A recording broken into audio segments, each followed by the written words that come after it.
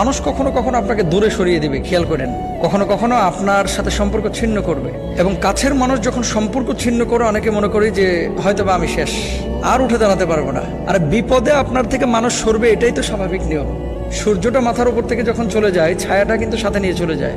বৃষ্টি যখন আসে, ছাতাটাকে আপনি মূল্যায়ন করেন, তাই না? বৃষ্টি যখন চলে যায়, ছাতাটার প্রয়োজন শেষ, এটাকে আপনি বেলকুনিতে ফেলায় রেখে দেন, ধুল আর আস্তরে মোটা হয়ে যায়। এই দুনিয়ার জিন্দেগিতে প্রত্যেকটা মানুষ আপনাকে ভালোবাসে, প্রত্যেকটা মানুষ। কিছু মানুষ আছে ভালোবাসে আল্লাহর জন্য, এটা নিঃস্বার্থ। আর কিছু মানুষ আছে আপনাকে ভালোবাসে স্বার্থের জন্য। তো স্বার্থ যেখানে নাই, আপনাকে কেন ভালোবাসবে? সুতরাং আমাদের আকাঙ্ক্ষা এবং চাওয়া পাওয়ার হিসাবটা মানুষের থেকে না, হবে আল্লাহর কাছ থেকে। এবং মানুষ